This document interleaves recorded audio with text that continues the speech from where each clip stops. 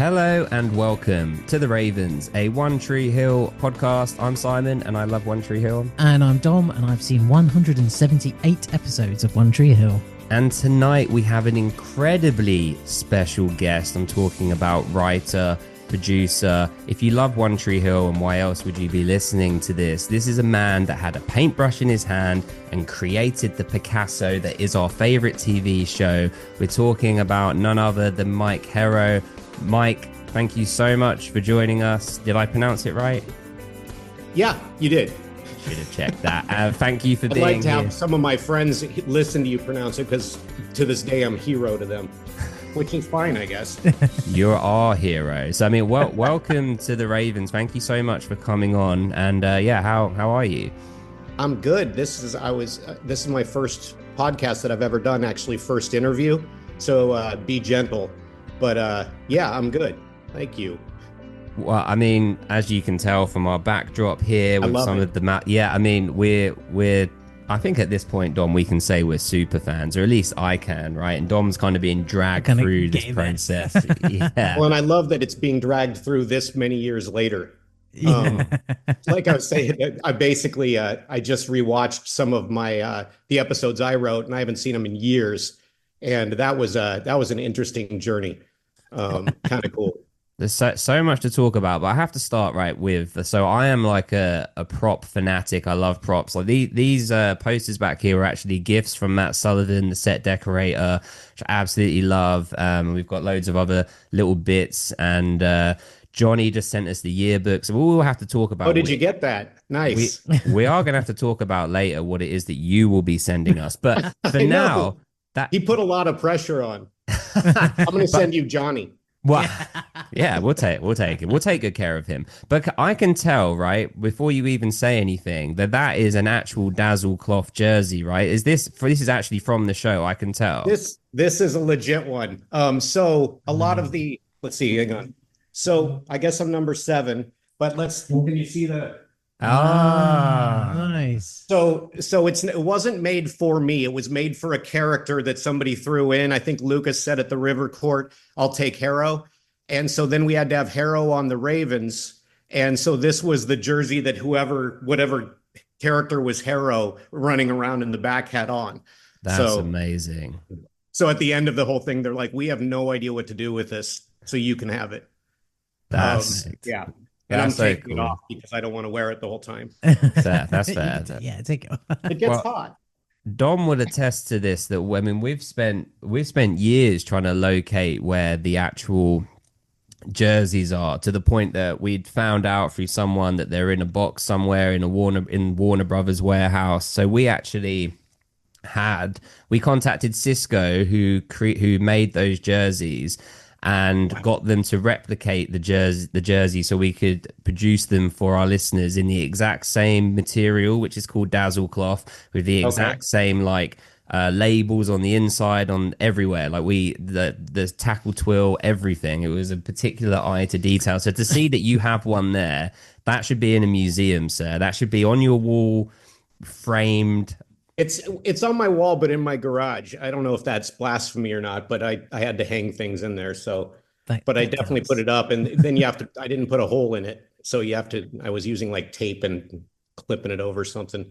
But yeah, here's another thing. Hang on. The reason I watched or listened to the podcast with Johnny, and I kept hearing different props being thrown around. And so this was in our episode. Peyton's happy little trees, the brook leaving, and so that's hung up as well. That's Mike, I have to warn you now. If you show Simon these things, he will badger you until he gets one of them. I will just please be careful. That one's possible. Let me my stuff. Well, I was going to say, if you've got it hung up in your garage, technically your garage is a museum. You could charge entrance in there. Yes. There's a man called Wayne that used to work for Cisco, the people that make those jerseys, that left the company because Simon put so much pressure on him. Did not. So he retired happily. It's fine. This is funny. So I worked with a writing partner forever, and are you guys like a married couple at this point with like arguments and Pretty your much. wife's jealous of him? Is this how it works?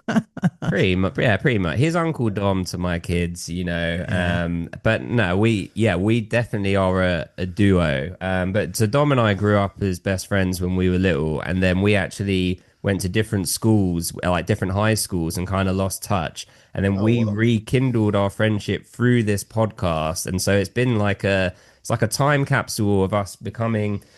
Dom doesn't like all the cliches, but I throw it out anyway. We've become best friends again as adults while having this shared interest of this hobby of doing this very odd right. niche podcast. I love that. That's very cool. But I've you're, thought about doing a podcast, and I don't like being on camera, and I don't know what it would be about.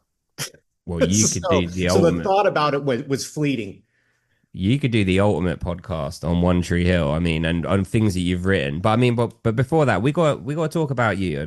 You're the main event here. I mean, there's so much. I mean, so many interesting things that we want to ask. Especially the fact that you had a writing partner, but you were part of a writer's room. Like, I would love to know how all of that works. But if we could take it back all the way to like your Sure. origin, like how did you get into the industry, into writing? Like, how did this all come to be? Um, so after college, I moved to LA to try to get in the industry. I didn't know what that meant. And eventually I got a production assistant job on Nick Freno, licensed teacher. I can almost guarantee neither of you have ever heard of that. I don't even think people had heard of it when it was here. So, and on. It got really low ratings. It was one of the WB's first shows. And I was getting lunches and delivering scripts at like 3 in the morning. And then Dave Strauss, who was my writing partner for 20 years, he joined the show as the other writer's assistant. We were both the assistants to the showrunners and PAs. So we just kind of alternated in delivering scripts and all this other stuff. And he and I bonded over Kids in the Hall. And we started writing sketches. We did a sketch packet together. And then after that show ended, we both somehow ended up in game shows. He wrote for Hollywood Squares, and I wrote for or I worked on Weakest Link, Oh, wow. and like wrote Anne's insults and stuff like that. And after a while, we realized that the game show world was really it was real small, and if you're in it, then you're staying in it. And neither one of us wanted to do that. We like I said, look where we're ending. So I'm like, we have to take a step back, try to start from the bottom at real shows, at scripted shows. And so I ended up getting the I was Mark's assistant season 1.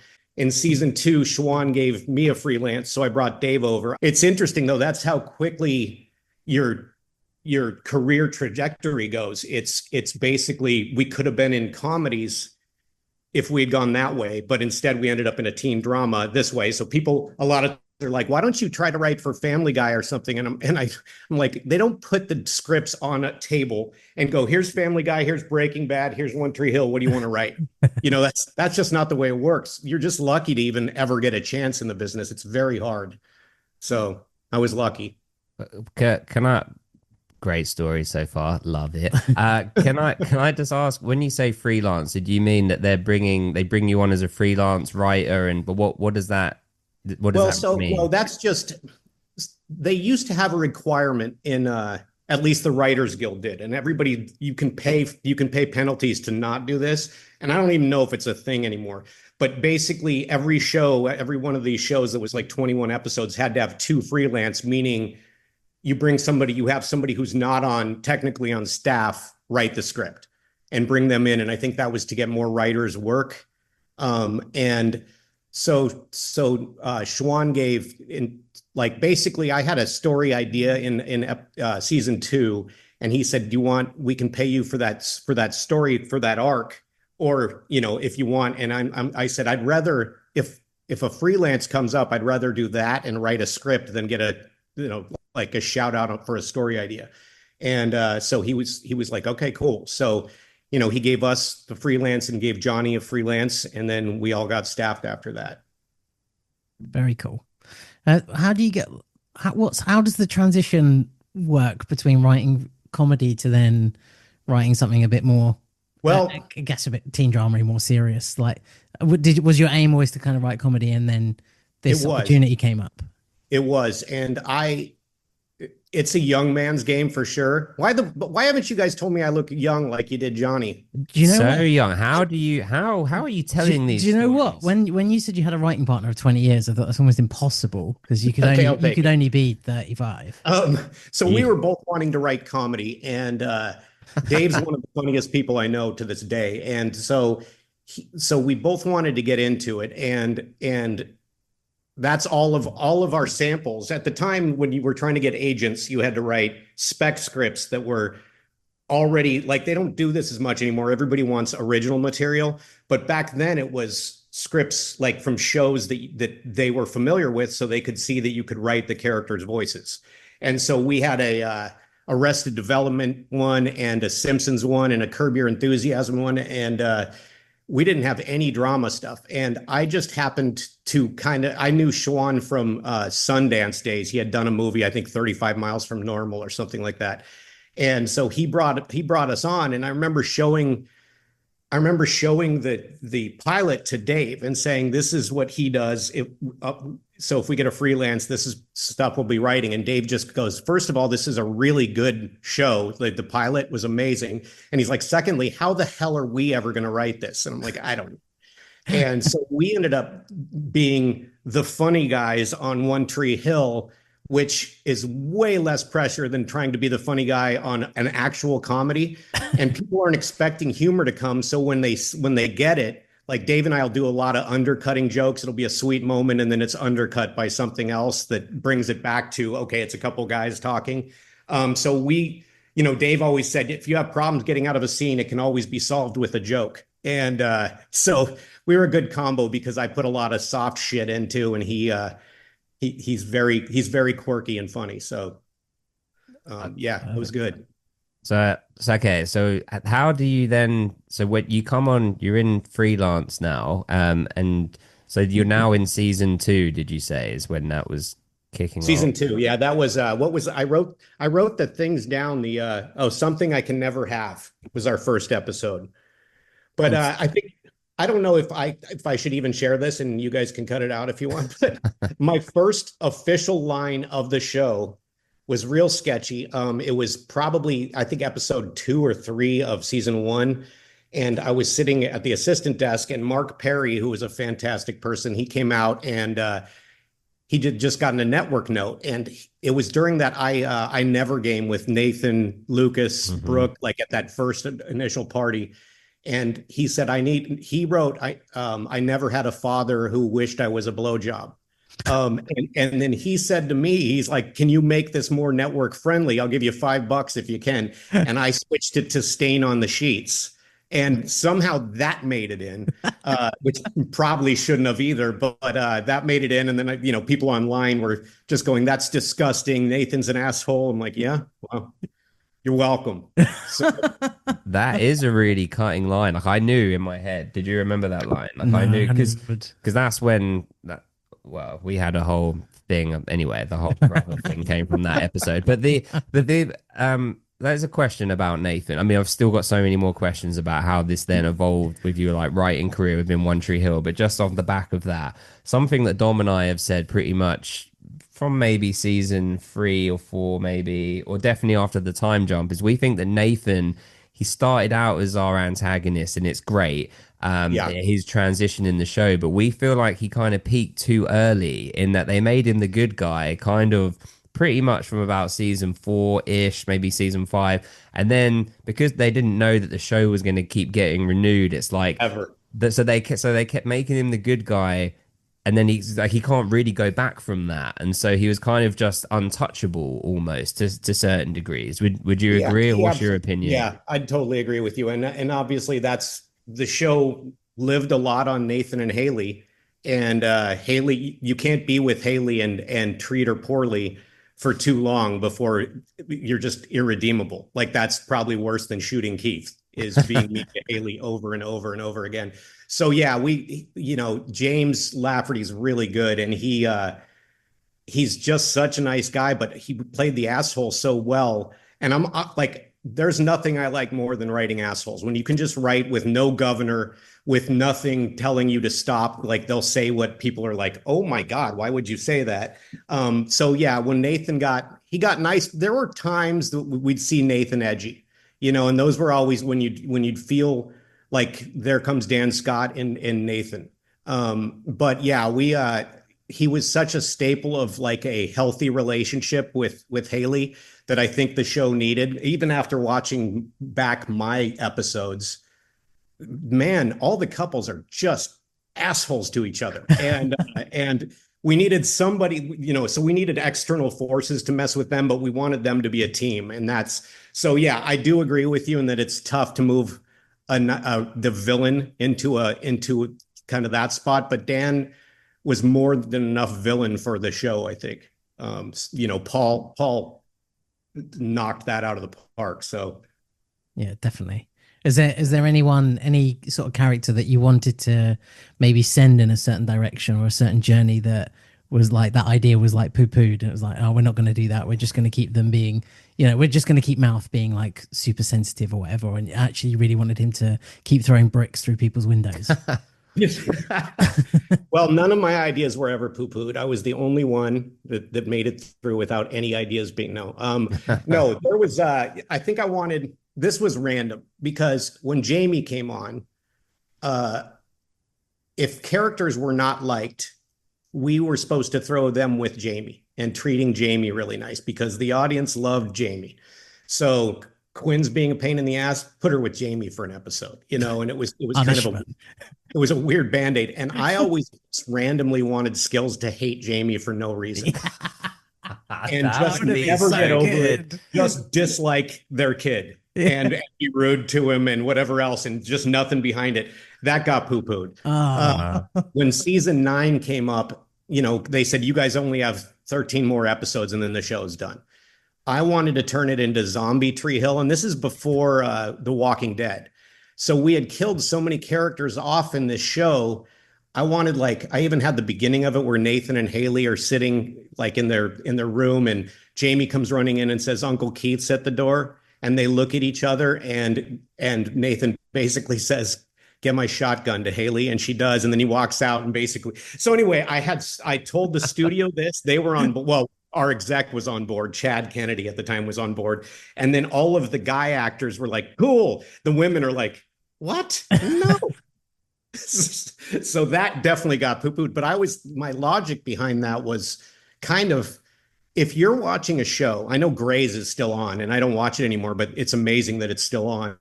And if you're watching the show and all of a sudden it just starts to stall out for you, and you're like the people who aren't watching it anymore start hearing that zombies are coming on, they're gonna get a revival of an audience. And I'm like, that might actually resurrect the show, ironically enough. So, but yeah, that definitely got knocked out.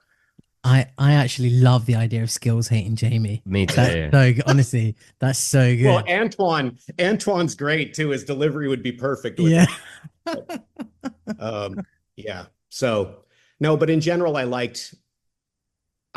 I don't know I can't remember which storylines were mine and which weren't. When you have that many people saying stuff, somebody will pitch something and then you change it up just enough to where even in the room, people are like, I think that was my idea. And you hear arguments of like, no, and the good news is most people weren't trying to compete. You'll get shows where they do, and they get very upset about it. This is just more of a frustration thing. No, it was me. So yeah. Very cool. Nice. But you kind of land on One Tree Hill, right? It's like you said, it wasn't necessarily that you got to pick. Like you're happy to be in the industry and working. Right. Did you come to love One Tree Hill? I did. Or like, okay, so it was something that was like. No, it was my life. I was there from day one till the finale. I mean, I was the only I was the only writer actually who went the entire 9 seasons. Wow. Dave came over for the freelance and then obviously he and I worked together for the rest of them. But in the way that Sophia Brooke was not in the pilot, but then she was in every episode. I think she was the only actor in every episode after that. And, I was there longer than Brooke. Nice. So yes, I came to love it. Yeah, you live it, and I feel like there's it kind of bums me out because there's like I think writers are minimalized a lot of times. And I feel like, it was Strauss, Johnny Norris, Terry Coley, Mike Daniels, you might Adele Lim, Karen Gist, Shayna Fuel, Nikki Shufflebine. There's all these people that made the show what it was. Johnny Richardson, Bill Brown. They're all incredible, and they've all gone on to big things. But when people talk about the show, it's usually the acting or the directing, and that happens in the industry too. And we lived those characters pretty much as anybody did. They're rolling around in your head all the time. You go into the room with thoughts on what they should be doing. And we wanted to, a thing I discovered was sometimes actors go, well, can I do it this way? And we're like, well, give it to us the way we wrote it and then try that. And they're like, no, you're just going to put in the one you wrote then. And we're like, no, we'll put in whichever one makes you look better. At the end of the day, that's what we want. If you do something that's better than the writing, have at it, and I'll take credit for it. It's fine. So it bums me out like a lot of times when, there's been, and just stop me if you guys want, but there's been I've read things and heard things about like, did people know that like Brooke and Peyton were a love story? Did the writers know rather? Yes, we 100% did, which is why we brought them close away, the same way we do with any couples. We 100% knew that. I heard something about we were trying to emasculate Julian by whatever, the hat and the high five. And that's not true either. When you have a really attractive cast, it's kind of fun to give them quirks and it makes them charming.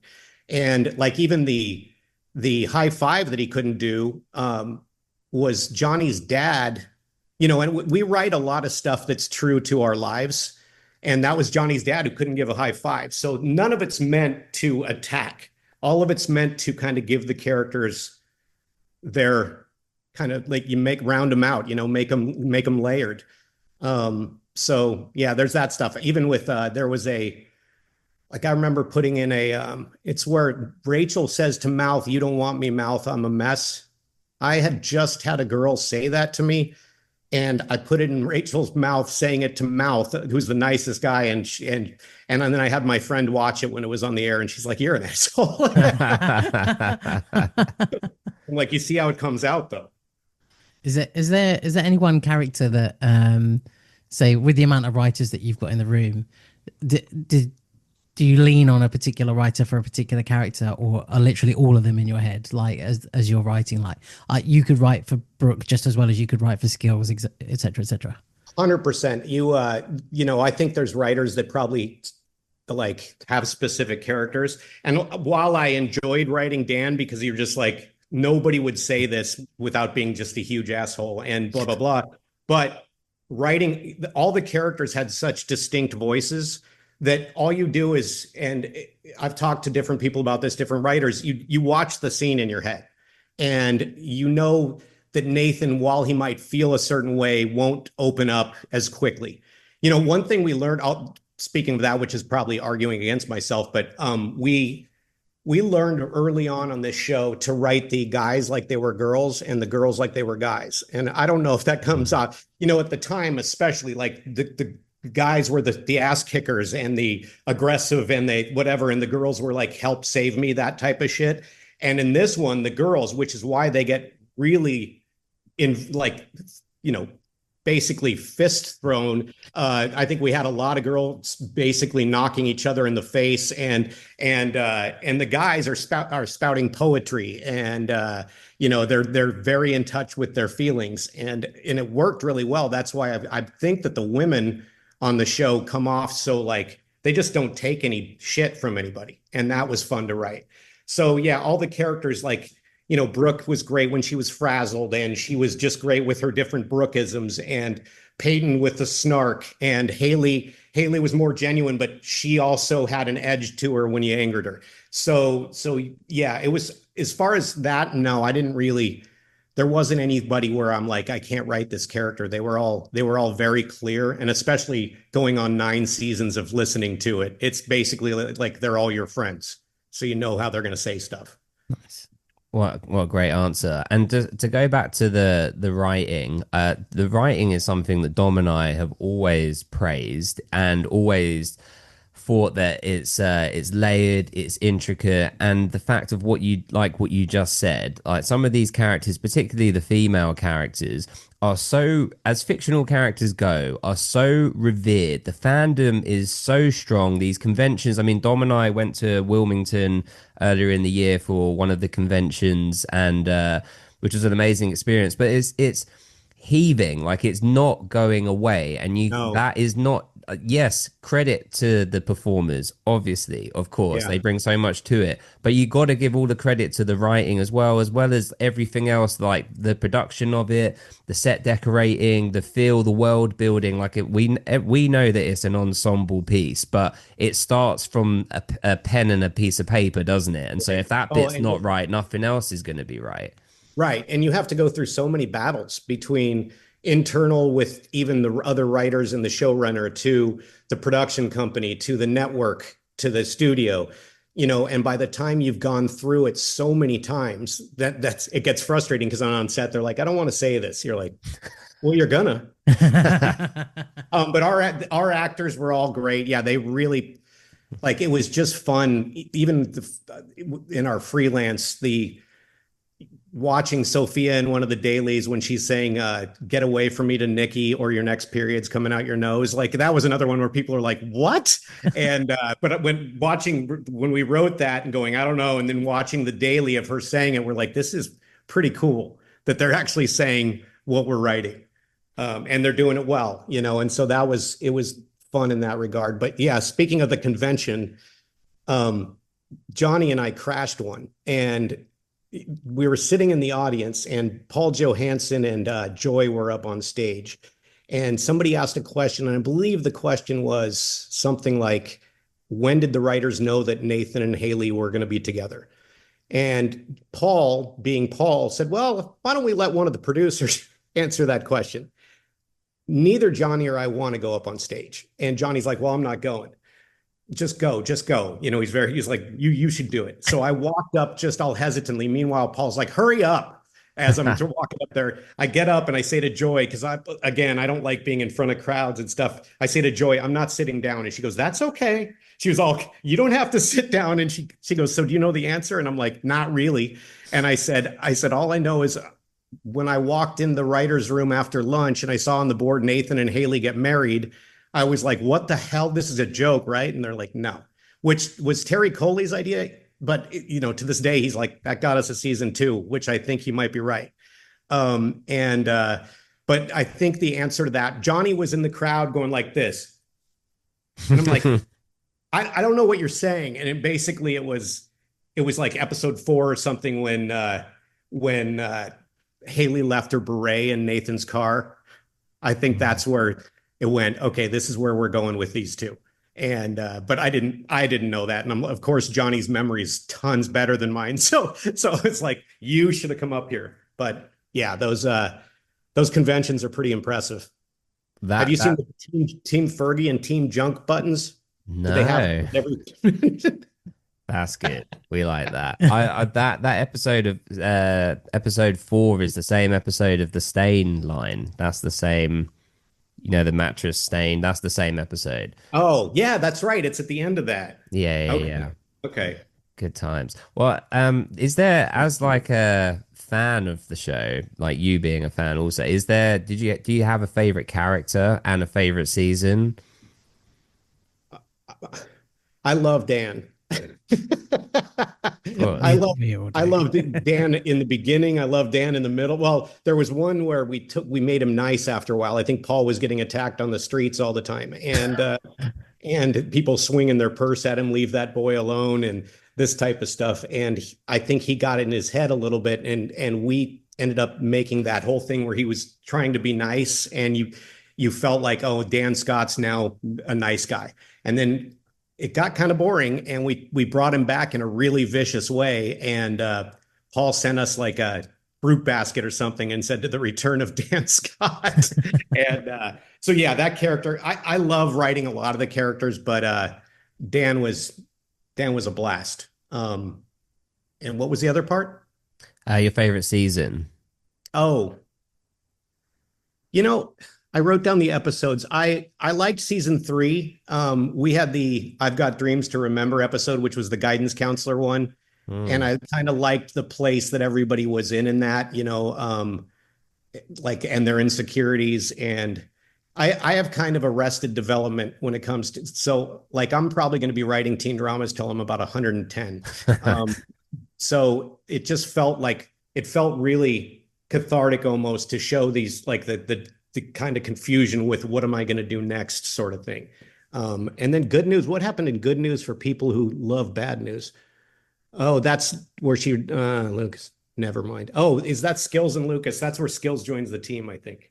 Oh, I thought I thought that was a fun season. I also thought season four was good, which was basically prom night at Hater High. That's where Derek shows up and punches Peyton in the face at the end.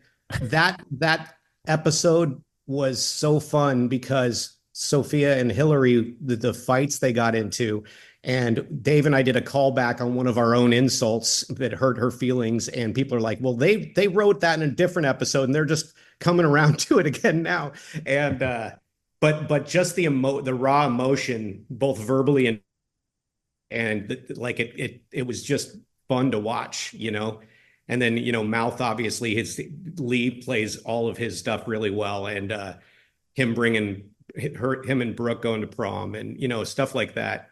And it was just that was a fun one, and yeah, and the sex tape fallout. wait, hang on. So wait. Sorry. Are these all the episodes that you wrote Yes, specifically? Oh yeah, my God. sorry. So that Psycho Derek episode is one of my favorite episodes of the entire show. That's Well, is it the such a one great where episode. I don't do the one where he has her in the basement. I do the one right before that where he shows up. Oh yeah, so that's so right. Okay, I'm gonna send you this clip afterwards on Instagram because I have Okay. because Dom, we watched the episodes live with Dom, like on Zoom with our like listeners from around the world to watch him react. And we've got a clip of Dom Oh, that's reacting awesome. to when Peyton opens the door, thinking it's Lucas, the blonde hair turns around and like then cracks her in the face, which is horrible, but great entertainment for like a drama. It's such a Yeah. great moment. There was an article in Entertainment Weekly that just said it basically said, so I just turned to the show on and there was a girl punching another one in the face and then a guy punching a girl in the face at the end, and it said people screaming at each other, a big fight in the middle. It was like, where's the show been all my life? And just the summary of it, I'm like, oh, there are a lot in that. The sex tape fallout, though, the sex tape was my idea initially. The And oh yeah, no, yeah. it really upset the fans. And this is when they found out about it. It got leaked and they found out about it, and they were pissed. And I'm like, they don't even know the story behind it yet. And yes, it's going to piss some people off, but it was Nathan when he was Nathan, and it's all that stuff. So I thought we got a lot of juice out of that one. And that was kind of fun to do. And showing Nathan and Peyton in that flashback, the way she's like, "You gonna Hmm. spit?" Yeah. So just showing what an asshole he was. That's another thing. We were able to flash back to Nathan then. So Which is yeah. good because like he turned relatively quickly. It's good to sort of play with that timeline. Yep. Yep. Speaking of timelines, so the I wouldn't say controversial, but like a massive point is obviously the time jump from season 4 to season 5. Right. Dom and I have commented. I mean, we're guys in our late 30s. This is when you tell us that we look young. But British Yeah, guys. you guys look like you're in your late teens. Thank There we you. go. Thank. Do you want to write for us? We can be in your next show. Yeah. But we've always commented on how even when they're in high school, the storylines felt more like they were in college. And then even when after the time jump, they're like the most successful 22-year-olds on the planet. So we have to imagine that they're at least 32 just so we can feel better about our own So lives. shit. Yeah. Absolutely. Yes. No, it's true. Well, and it's tough because you want a wish fulfillment show. And nobody wants any of the characters to ultimately fail when they've been sitting with them for so long. Reminds me of The Walking Dead when they bashed Glenn's head in, and I stopped watching. Like you build up characters and you love them, and you don't want to see that. So you got to keep in mind though too that when the characters, other than James, when the show started, everybody was in their 20s, right? So they're 20s and we're playing them in high school. So part of the time jump was also to bring them closer to their actual ages. And yeah, so then when they got out of college, like the trajectory, we always laugh about that too. We're like, I want to live in Tree Hill. There must be something in the water that's that makes these people just the perfect like human beings. Nathan making it to the NBA after paralyzing himself.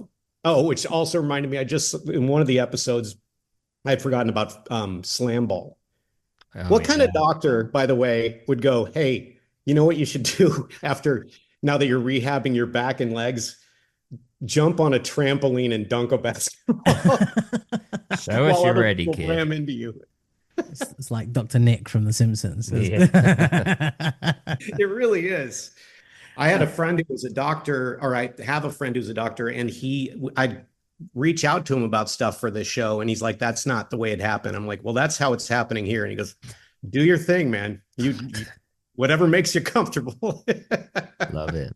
So, I always tend to mention, or I used to, probably not so much now, but in the earlier seasons, I always used to talk about like these teenagers are out at like all hours of the day, and there doesn't seem to be an issue with like parents. Like if I was out at 2 in the morning when I was 17, yes. I'd be getting a telling off, right?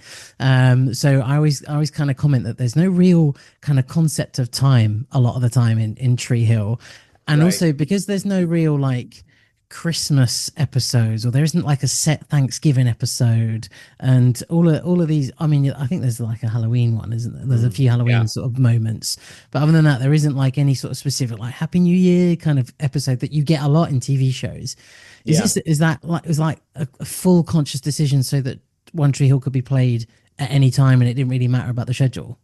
Kind of, because yes, a lot of times you obviously have to do the shooting way before. So you need to know right away we're going to do this at that time so it airs at this. And I think we might have had one or two that aired around, like the Halloween one might have aired around Halloween. But yeah, in general, we tried not to shine a light on exactly when it was, what year it was. Although I did see something in one of the episodes that had the year, and I'm like, shit, I thought we avoided that. And just kind of that in general, like as far as you're saying, like no parents. We had a line about there should be milk cartons with missing parents on this in this town. And because we were very conscious of that, but we didn't do anything about it. We just knew about it. And then as far as like them doing so much in a day, we always joke that they do more, that those kids would do more before school, like at 7 a.m. than anybody would do in a week. Yeah. But it's funny you mentioned that because most people don't see that. They don't. They're not like, oh well, Karen's at the doctor at 2 in the morning, and like it's a regular thing. Yeah, I think one that really sticks in my mind is when Brooke and Lucas are looking for an all-night pharmacy, and they're like just like, oh yeah, we'll go here. Like, just do it tomorrow. Go to bed. Go to sleep. Yeah. Yes. Yeah. That's so true. And honestly, I can't. Well, we weren't out in Wilmington a ton. Like, we go out 2 to 3 days for the shoot. But I discovered at All American that shooting at night is not fun. You're there till like 5 and 6 in the morning. I remember I found out one of the crew at All American was on Buffy. And I said, you were on Buffy the Vampire Slayer? And he goes, it was called Buffy the Weekend Slayer. I'm like, oh, I can see that. No. That's hilarious.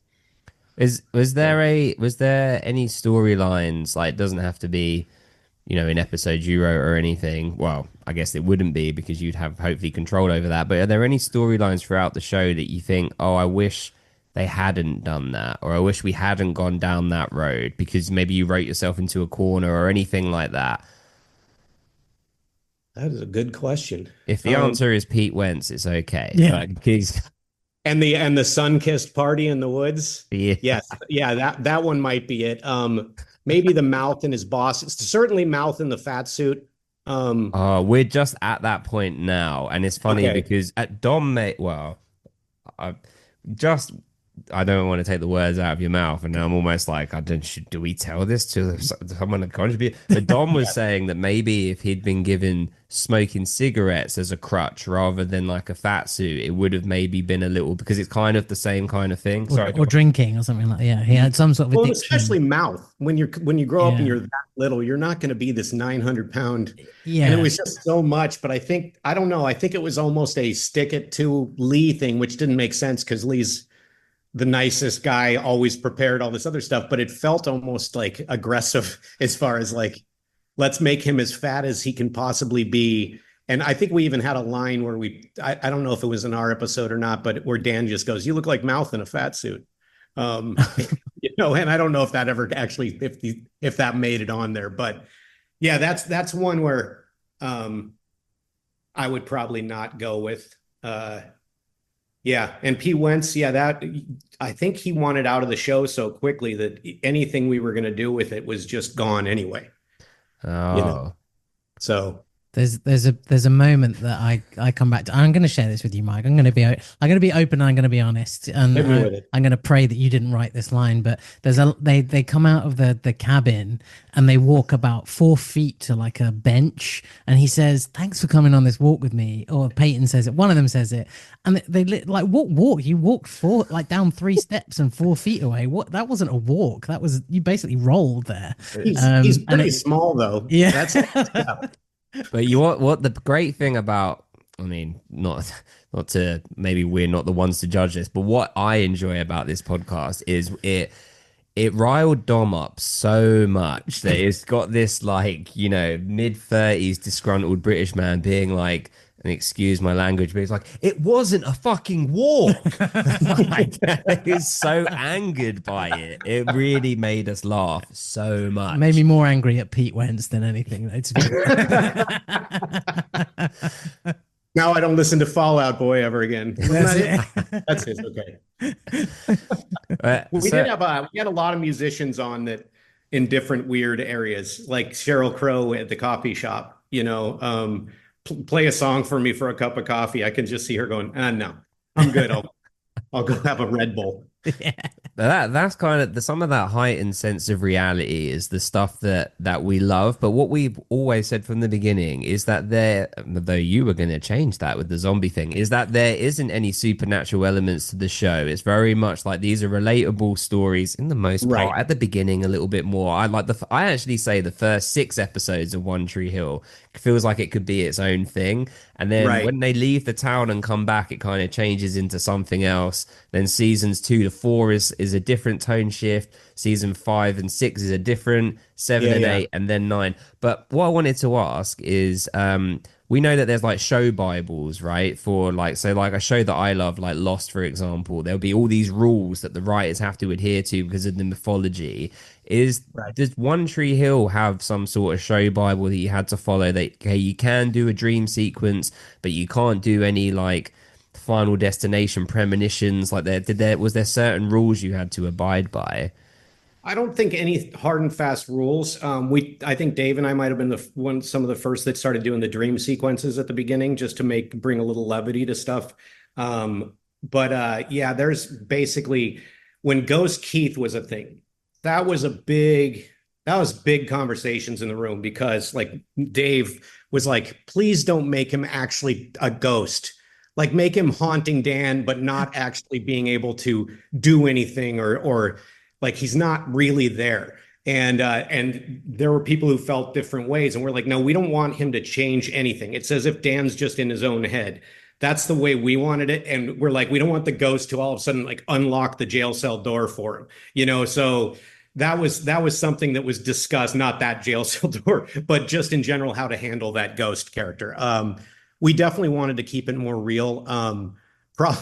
This reminds me of, I remember when we were in, oh shit, I can't even say this because it's in season 9. Do you want me to go out? We've watched the first 5 seasons. Five episodes. 5 episodes. Sorry, 5 episodes. Sorry, of season 9. I mean, right? Yeah. What's gone on with Nathan so far? He's only just disappeared, but I don't know who's got him or why they've taken him.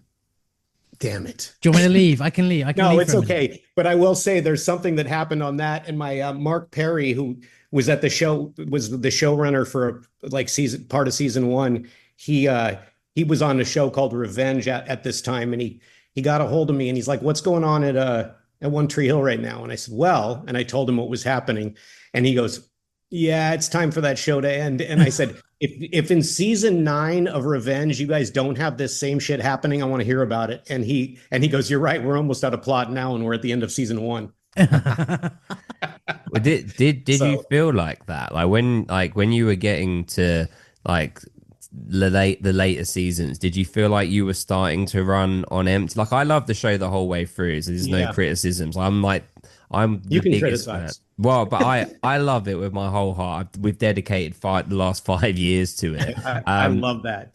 But I mean, did you ever feel like, oh, the tank's running on empty? Like we've got to make the dog eat the heart. Like do some of these more outlandish things. Yeah, there were a lot of those. You guys know Jump the Shark, right? That whole where that's from. Yeah. So One Tree Hill had a lot of those, a lot of them, and it kept coming back to. I mean, really, we'd write people with heart, and so we'd be able to bring it back in. But yeah, there were a ton. I remember now that's in season 9.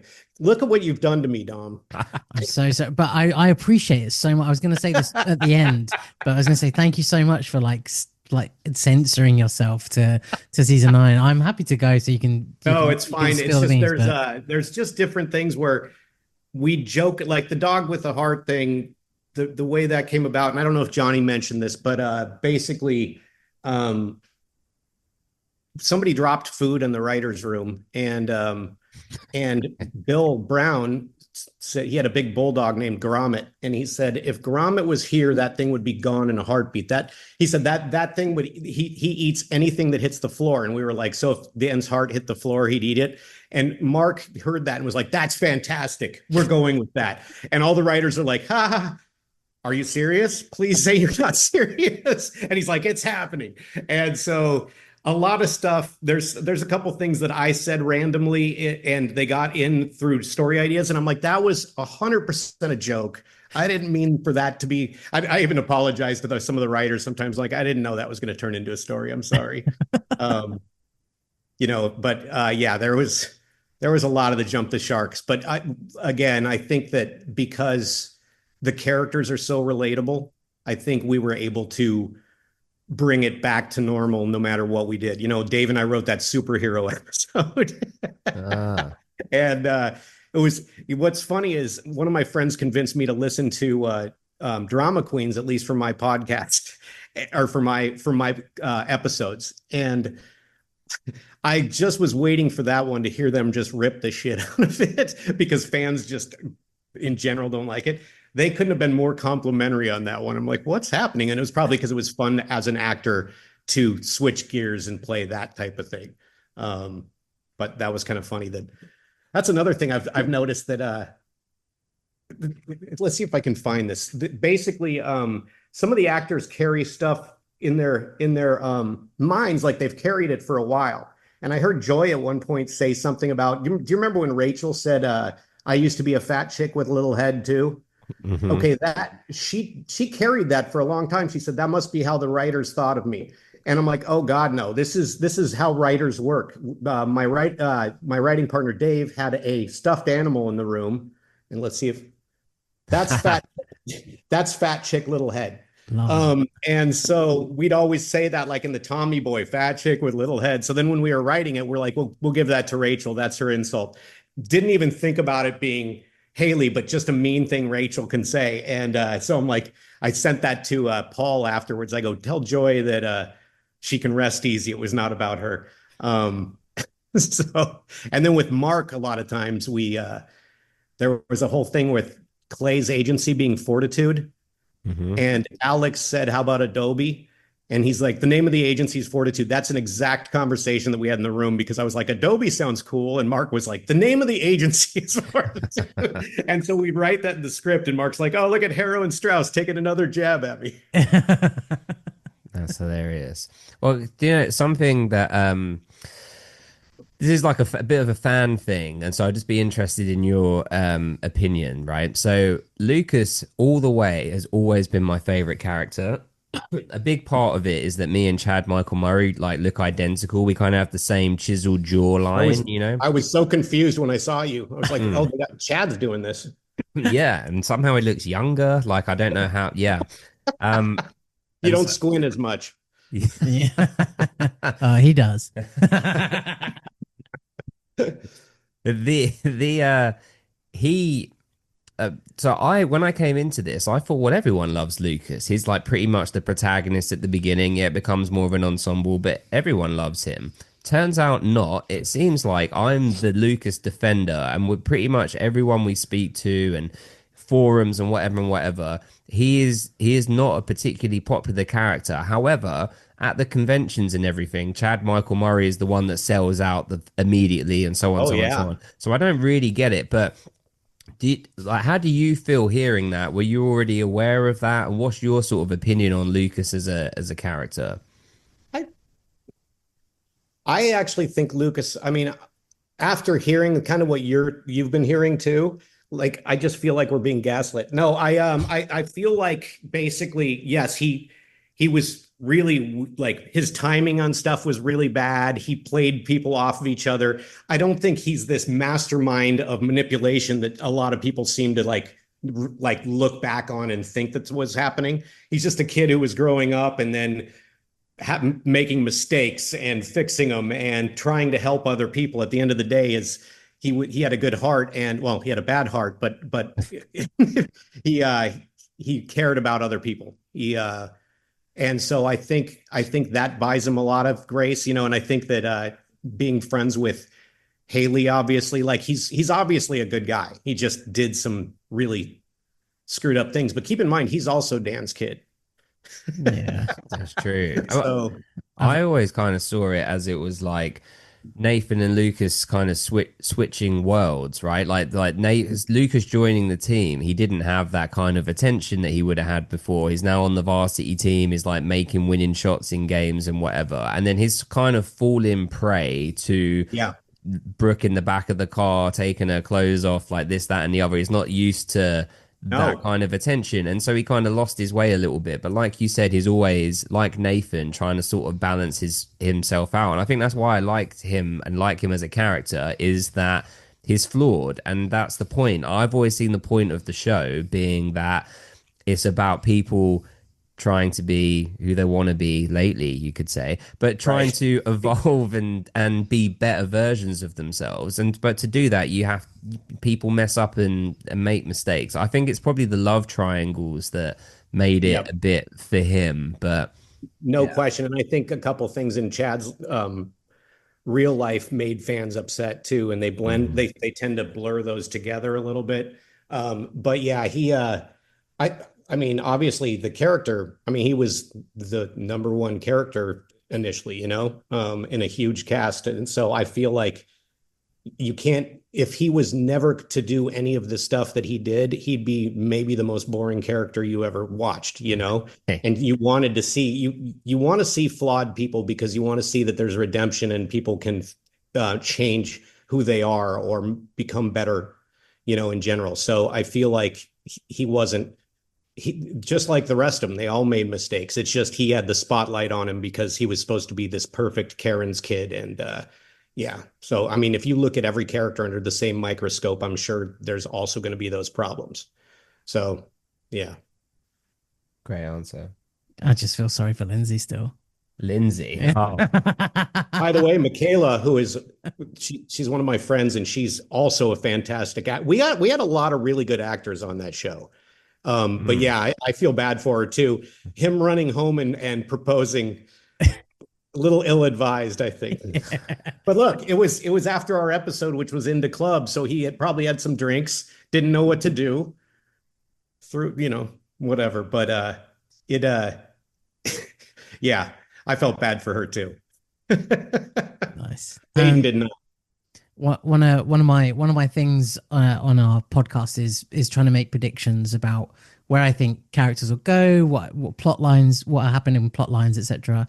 And sometimes I come up with things that are, you know, that happen that are pretty spot on, and sometimes I come up with pretty outlandish things. And one thing that I said quite early on is that Lucas and Haley were destined to be together. There's a love story there. You know, it's kind of like more than best friends, but they can't quite admit it to each other.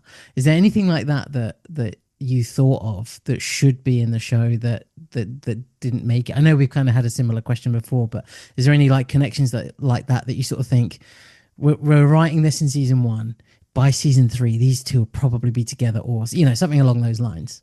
Yeah, you know, with those two in particular, we specifically didn't want to do it because it felt like Dawson's Creek a little bit with Dawson and Joey, and granted that went a different way, but we wanted them to legitimately be friends.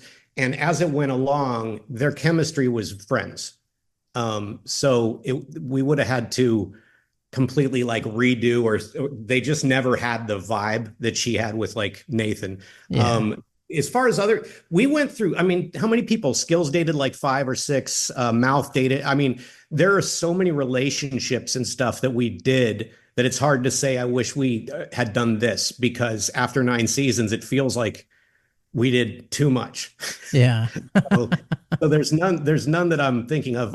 We were talking about having Clay birth the squirrel. Perfect. I mean, I just watched that. That was really fun. Oh yes. Another one is that I thought that Keith was actually Lucas's real father for a long time. Oh, yeah. For a while, I was like, he's the dad. He's the dad. He's just you could write for teen dramas. Well, we've actually we took that. We said so. We've met some of the.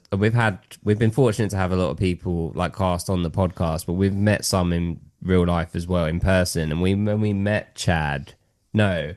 Who did we say this to? No, we said it to Sophia. I said it to on the Drama Queens. Yeah. And they all thought they all were like, oh, we thought that too. And Dom's other one is because of like the coloring of Jamie. He was convinced that Lucas was Jamie's real dad. Yeah. I thought it was going to be a life finds a way kind of moment, you know.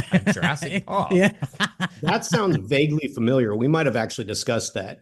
Oh. I actually pitched that Dan was Peyton's father. And then she finds out at the very end. And so after having had sex with both his sons. Oh, it's like both. I was going to say it's a bit like a Star Wars situation. I don't know if you want to put Luke that in. and Leia. No, that's you guys just made me think of that. But yeah, the Jamie Lucas thing, I think that might have been discussed too. And no. Yeah, I mean, that would have ruined everything. That would have ruined it all.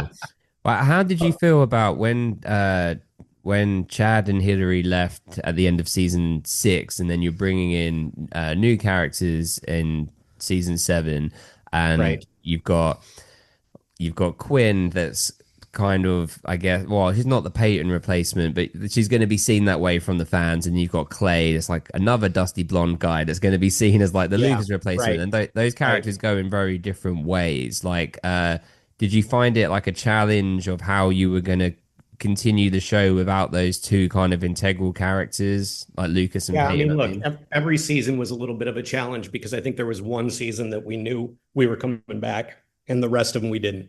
So it was like starting from scratch all over again. It's, losing Lucas and Peyton it was not an easy hit because they were such big characters in the show.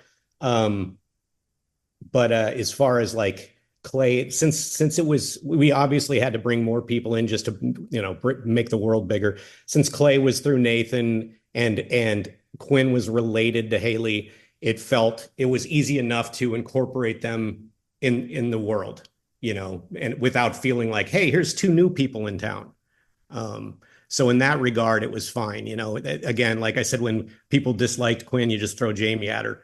And, eventually people are like, okay, maybe she's fine. And then, or you get Haley to like, Haley obviously likes her, but anytime they fight with Haley, then you just discover that most of the episodes that people love, like Danny Boy, which I won't give anything out, but, nice things happen, and things that people cheer for happen. And you can make any drama, but as long as there's like a good kiss in there, that's one of people's favorite episodes. So, yeah. Another episode that's a little bit divisive is the 40s episode in season. Casablanca. Yes. No, the Casablanca one? Yeah, Yeah, the yeah, yeah, yeah. Casablanca one. Yes, yes. How do you feel about that one? Because it's that one's such like a individual episode. Like if you put that on TV, you'd think I that's Chad Michael Murray and everyone else, but that is not One Tree Hill. I mean, how did you feel about that one? It's Chad wanted to write an episode, and truth is, with our show, a lot of times we would take breaks, we'd take left turns, we especially as it went along, and that one was definitely that. I think it was ended up being him, like he fell asleep or something, but I think it was a lot of fun for the actors to play that. As far as it fitting in the show, maybe not, but I don't know that the superhero one did either. I feel like there were episodes that you're like, okay, that's an odd one. And that was one of them. But like watching Paul in that was funny. Mm, And it had its moments, but was it all in black and white? yeah. Okay. Well, I Yeah, mean, that was definitely a Was it? different episode. yeah, it was in black and white. It was. God, I don't know. It was. I am. I'm pretty I sure it believe you. was. Yeah. Maybe I'm worried it's not. I'm pretty sure it was in black and white. I thought it was in color because you could see the color of the bar and things like that. Unless I'm imagining that. This is where This is like a Mandela effect we'll thing. not sleep Like, now until. what? It's What? funny. I can't remember like I said, my memory's hazy in general. Um, but Well, yeah, it was interesting for sure. And then working with Chad in the writers' room, like it was cool that it must be tough to come into a room where everybody's been working forever and like here's kind of what I want to do. And he put all of it, everything into it. So it was but yeah, I mean that was let's just do something different right now. You're doing 21 episodes a season and you're like, okay, can we have something happen? And what's good about like that one is I think you put one or two things that move the story forward, and as long as that happens, then you're fine to go serialized to the next one. Yeah, love that. Dom just brought it up on his phone. It is in color, which is It like is. it Okay. shocked me. I'm sure it was in black. But no, it's I not. just I just remember seeing because I'm pretty sure the writing in the bar is all blue, Right. and I remember the blue for some reason. Yeah. I So can't remember if Chad had a script, and I don't know if it was that one or this one, but I remember a line that said everything's in black and white because color was not of this time. And maybe that's what's sticking in my head as far as like, wasn't that black and white? Um, yeah. So, hey, did you mentioned Lost as one of your favorite shows? Yeah. I had heard a story about J.J. Abrams going into the room and going, "There's a hatch in the woods, go," and just walking out. I've seen, yeah, I've heard things like that too, and that they kind of like reversed engineered a lot of it, like as in I've heard that the writer is Damon Lindelof as well, like with became the showrunner, I think, but he had said that they always had a beginning, they always had a middle, they always had an end, but where people get confused was that they were the number one show on the planet, and in season three, the studio were like, "Great, we want 10 seasons." And they're like, "But we have only got 4 seasons worth of content." And they're like, "We Right. don't care. It's the number one show." And so I won't say because I do want to podcast it with Dom at some point, and he's only seen bits of season one, but there's a bit in Okay. season three where, well, I can say this bit, they literally have the characters in cages for a few episodes, and it's like, because we don't know what we're doing. And so they went Keep them back, out of the mix. yeah. And so they went back to the studio and was like, just give us the end date. And so they said, okay, give us 6 seasons.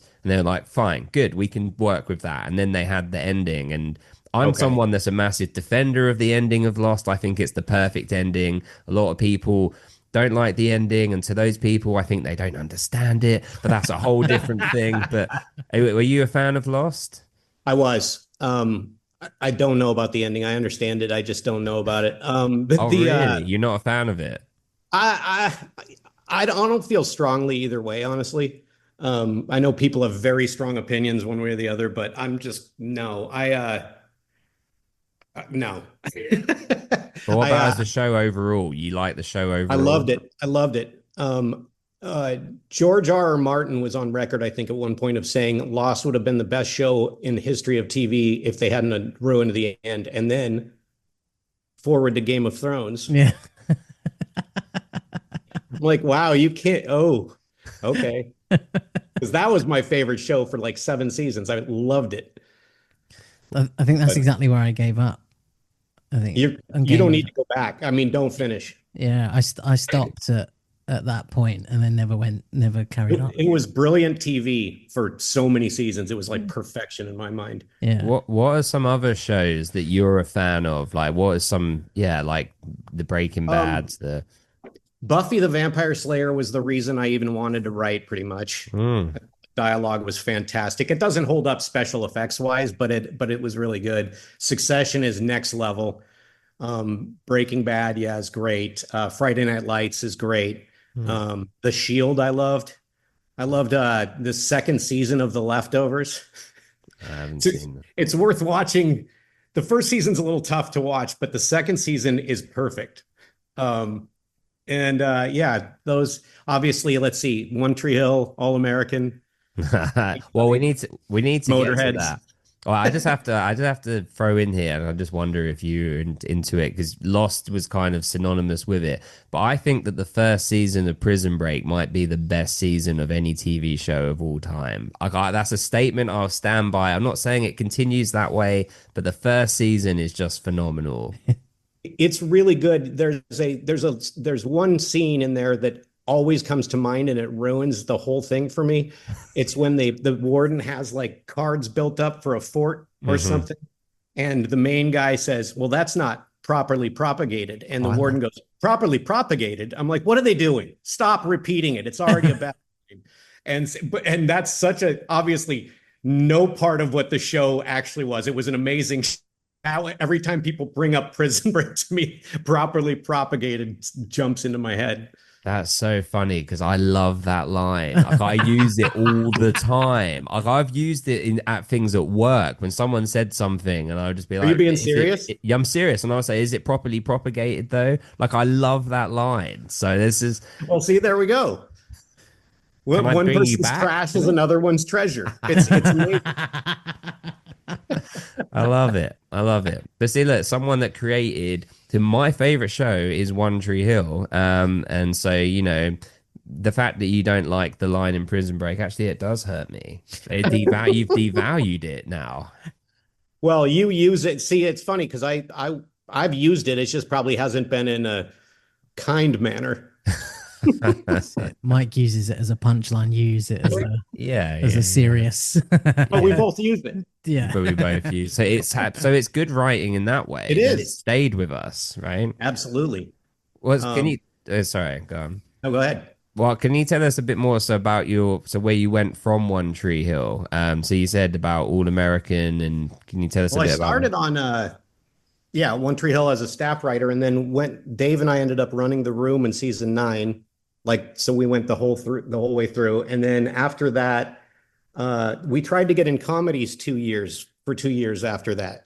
And being high level drama writers was not looked upon as anything that comedies want. So we developed a couple shows with like CBS and Warner Brothers, and they just never went.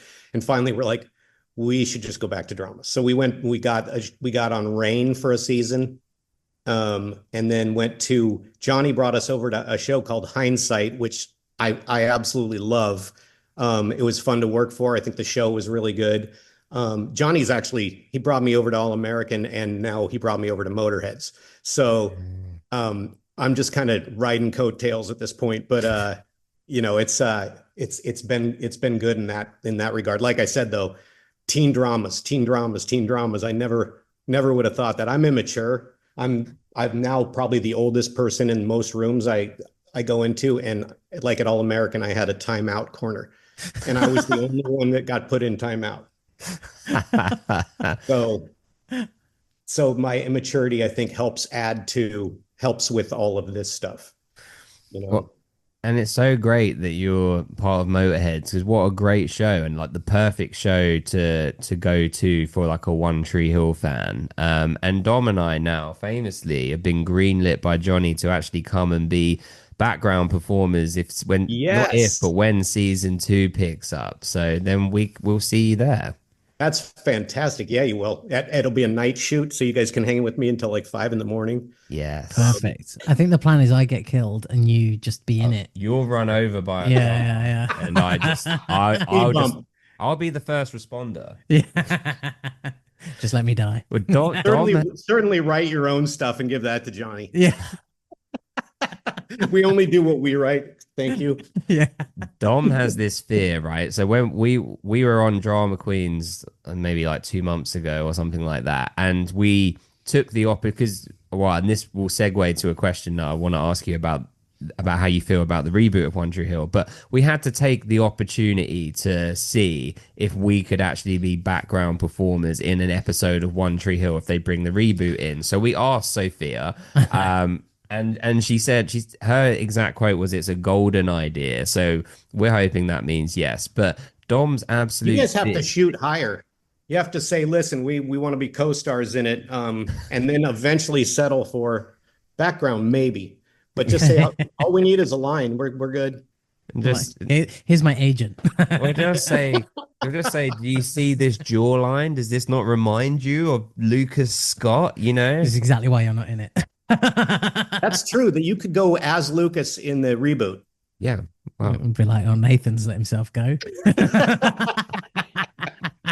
It's not been in the gym. But Dom's fear, right, is that if we're background performers, Dom spent like 17 years working in retail, and his greatest fear is he's going to be in One Tree Hill in the background working in retail. That's so being run over by a car in Motorheads is probably preferable. Yeah, I'll take it. There's a bookstore in One Tree Hill that I think Peyton was in, and Mark asked if anybody wanted to be in as a background, and my writing partner Dave was like, "I will." And you see him in the background getting a book and like walking, and we just called him Book Soup Dave. The name of the store was Book Soup. And he said that his mom was so proud of him for that moment. She was so much more excited than anything he did writing wise and producing wise. Just the background work of walking through. And we just want to make our mothers proud, like this. Yeah. That's. But any future projects where I'm going to give you speaking lines, and we're going to see what happens.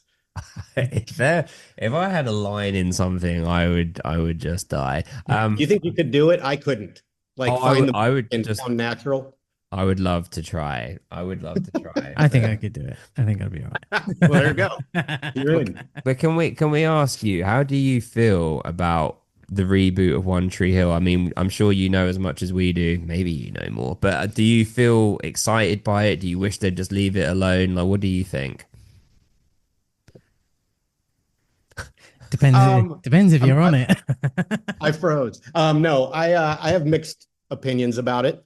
Part of me wants them to just leave it alone. But part of me, Becky, the woman who's writing it, is a very good writer. If they really want to do those characters and move, do whatever they're doing, more power to them. I mean, any show like that, it's just, since it was such an integral part of my life, watching something else that's a version of that, I think will be tough. But I'm always for people that I know doing well, so so I'm very mixed on it. In all honesty, that's probably not the answer I should say, but we'll see what happens. We'll see what they do with it. It'll be interesting because I don't know who's in it really and who's not. And I think I've heard different things. But I kind of feel like once they iron that out, because I think it's just in writing mode right now. I think she's working on the script or probably maybe done with it and working with Netflix or something about it. So it might surprise me. I think the fear is that Chad has said that he's not going to be in it. I mean, he was in London yesterday for Freaky Friday. He was there, Dom. We were questioning whether we should try and go there and like throw Oh, you like a didn't? microphone in his face. Well, we didn't because we decided that we do have like jobs and kids and stuff, and maybe standing outside. If it was guaranteed, we would have gone. But I think he's said that he's not going to be in it, and so I think the fan fear is that if Peyton's in it and Lucas is not in it, then does that mean Lucas is dead? I think that is actually what people are worried about, because how can you have one without the other, or they're Yeah. divorced? So then it's like either way And you people approach want him. the fairy tale, the way it ended. You want the fairy tale of everybody's life moving forward without like the split ups. Now, the reality, yeah, a lot of them are probably divorced or whatever, but the Hmm. show, I don't, again, I don't, they maybe they're going to focus on the kids more than anything. But yeah, you're right. I mean, if you have Peyton and not Lucas, that is an obstacle. Yeah. But we'll see. We have high hopes, and well, obviously, as future stars of it, Yeah. we Well, like I said, they will have Lucas once you get there. yes, exactly. Or the Done new and love done. interest that's exactly like Lucas Hmm. with a different accent. He's got a Stuart. type. Oh, Yeah. speaking of the accent, I forgot to say one of the shows I went over to was The Royals. And I Mm. was out in London for 3 or 4. I think I told you guys that earlier, but yeah, that was in the mix there too. I've been lucky enough to be on some shows that lasted a while. Like All Americans still going. That's where my writing partner is now. I left to go to Motorheads, so we've been working together for 20 years, and this is the first time we're both solo, And how is that? lonely. it's Oh. it's fine. It's fine. You're on Um, podcasts now. You know You don't this is need him. the best I thing that invited ever him to this. happened to you. He and I are kind of the same as far as this stuff. I invited him, and he's like, "Oh no, I'm okay." That's Nice. fair. That's fair. Well, and so obviously, fingers crossed that Motorheads gets picked up for a season two. But you must have been so thrilled that it like went #1 on Amazon Prime. It's Yeah, like a I mean, massive thing. honestly, it should be a no-brainer. I feel like creatively, if you're just making the decision, like One Tree Hill would not have lasted if it was on a streamer, because our ratings were low. Nobody was watching us. Nobody knew about it. It was a slow burn. It was really well done. It was a great show, even from the beginning, like you said, the first six. But they don't have patience, and you kind of need to let the shows find their way. And that season one was fantastic. So yeah, I'm hoping it should. And then if it is, yeah, there's going to be a lot of long days in Canada. Running over British people. Let's go.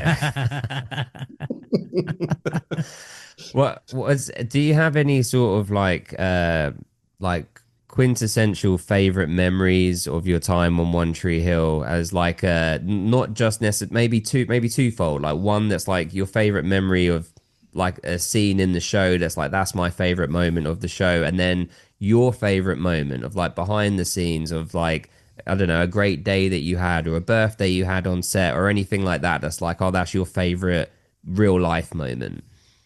Um, yeah, the again, I can't get into it much, but my favorite was the last one. Dave and I we wrote Holding Out for a Hero, and then when we found out we were getting a season 9, I'm like, I'm not ending this series on that episode. So when we found out what was going to happen, I asked Mark if Dave and I could write it, and he was nice enough to let us do it because we love Dan so much, and Dan was so good in. I think Paul's mom had passed or something right around then, and so he brought the emotion to that. Like, he's already a good actor, but he was so good at that. And we were out there for the when they're all on the river court or whatever, when he and Nathan are on the river court, and that's the only spoiler I'll give you. They're on the river court, but he's so good, and James's reactions to are so good. And I just remember like how I wrote some of the stuff that Dan was talking about and putting myself back in that thing. And yeah, it was by far my favorite scene. Which is weird because there's a lot of scenes that I loved because they were funny, like Drunk Mouth at the party. There's Lee was. I loved watching Lee play drunk. So there were those moments. And as far as my favorite time, Man, there was a lot of fun stuff. The finale party was a lot of fun because it was just cool to revisit all the sets and say goodbye to all the actors and crew members and all the writers kind of getting together. And it was, I mean, it was a big end. It was a big, like, it felt like it hit hard. It was because it was my life for like a decade, and we all knew it was done because that was thankfully they said it's done after this, and we didn't have to keep guessing for months after the show was done. So we were at least able to kind of wrap it up. And it was fun just kind of being in that place with everybody that had fought, like all the actors and stuff that had braved through so many seasons and so many things happening and so many times getting shot and whatever else, paralyzed in car accidents and whatever else we had. So yeah, so that was just, to me, it was the family all getting back together for one last thing. And though Dom hasn't seen it yet, and though you have, a slightly incorrect opinion on the ending of Lost, how do you feel the ending of One Tree Hill landed? Like, are you happy with how it landed? I am, and I should have actually watched that again. I what I like is seeing people's reactions to even the reboot. They're like, it ended perfectly. Why would you do this? There's a lot of very strong emotions and feelings towards it, and I feel like giving everybody kind of their happy ending was kind of the way to go with this, especially after dragging everybody through so much. And there was just so many difficult times and deaths and all this other stuff to kind of like go, it all started, all the shit you go through can turn around and you can be happy. And, I think it resonated with so many people in so many ways over the years that I think ending it in a really good place for most is the way to go, Definitely, definitely. And you'll be there soon. You'll be Yeah, there for the I'll be ending there. soon. Definitely. And then tell us about like the keepsakes and things. So do you keep things from the show? Are you tactile? Here we go. I Here we had, go. well, the jersey, obviously, and then the Peyton painting. I have all the wrap gifts, like all the sweatshirts and all the bags and winter coats. Mike, you don't know what you're getting yourself into here. I'm trying to Are you save you. basically just shopping right now? Yeah. I think I have the picture of the well, we have Fat Chick Little Head. I think I have the picture of the in when Haley was at the suicide hotline. There was a picture of a monkey on a phone Oh that yeah. said "Just listen." I think that I have that somewhere. But Amazing. I had a basketball, a white one it was One Tree Hill. It was very cool. I gave it to a friend years ago, and he says it got stolen, but I think he lost it. But yeah, that I don't all the stuff Johnny was saying he had and then apparently did, like the yearbook. I apparently missed the memo on grabbing a bunch of shit, but I have a couple things. You got to do that on Motorheads now. Like, just take stuff. Mm. I'm gonna go to his house and take that gear shift. Do Ah, it. Yeah. so cool. Just watch him lose his mind. Like, that was one of a kind, was it? Well, now it's mine. Yeah. Simon doesn't know how much stuff I take from his every time I leave this place, so there's no idea. Well, it's so cool that you're still like, working with Johnny and that you were working with your writing partner for so long and Yeah. that those relationships have, continued outside of One Tree Hill. And it's so great to hear that, you're continuing to have success because sincerely, you helped create not only one of my favorite shows, but so many people's favorite show, like a comfort show. I had someone join, so we have like a Patreon of like members and things, and someone joined the other day and messaged in and said that this wasn't an exaggeration. I checked that they've watched One Tree Hill all the way through 40 times, 40. Meanwhile, Dom doesn't watch TV ever. 40 times. 40. I don't even know if I've seen every episode of it, honestly, because when you're in the room and you're breaking it and you're going through the whole thing, outline notes. I mean, other people's. I'll watch I'll watch episodes before mine to get the tone of how everybody ended. But yeah, that means that person's watched it 40 times more than I have the whole season. That's so crazy. Yeah. This is also a good opportunity to say happy birthday, Wendy. This has been very belated. She's That's out of nowhere. she's Wendy, Happy one of birthday, Wendy. yeah. She Wendy, I promised her that I would try and say happy birthday to her on the Drama Queens episode, and I forgot because my nerves, I was sweating through my hands, I was And she twitching. got the shaft. She's getting it on this episode instead. Wendy, you just got the Sorry, best Wendy. episode, the best shout out there. Yeah, I don't even know what else to say apart from just like thank you so much for your contributions to the show, to spending your time here with us, for being so entertaining and so open. We'd love to have you back again if you would ever, if this has been a good podcasting experience for I you. loved it.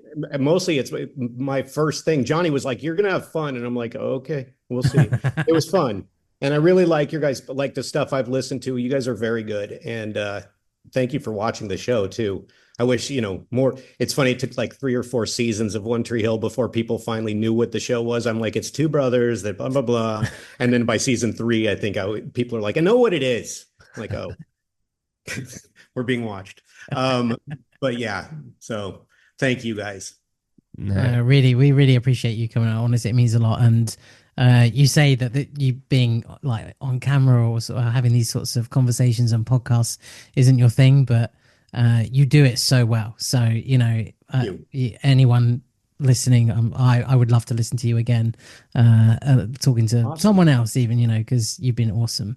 And yeah, the season 9 stories that you've got, we'd love to have you back on. And I want to hear what you think of it after you've watched it. You have 8 left, so you have 5 left before you're to mine. Okay. 6. I think we're 11. We're 11, and that's 12 and 13. So I'm not good at math.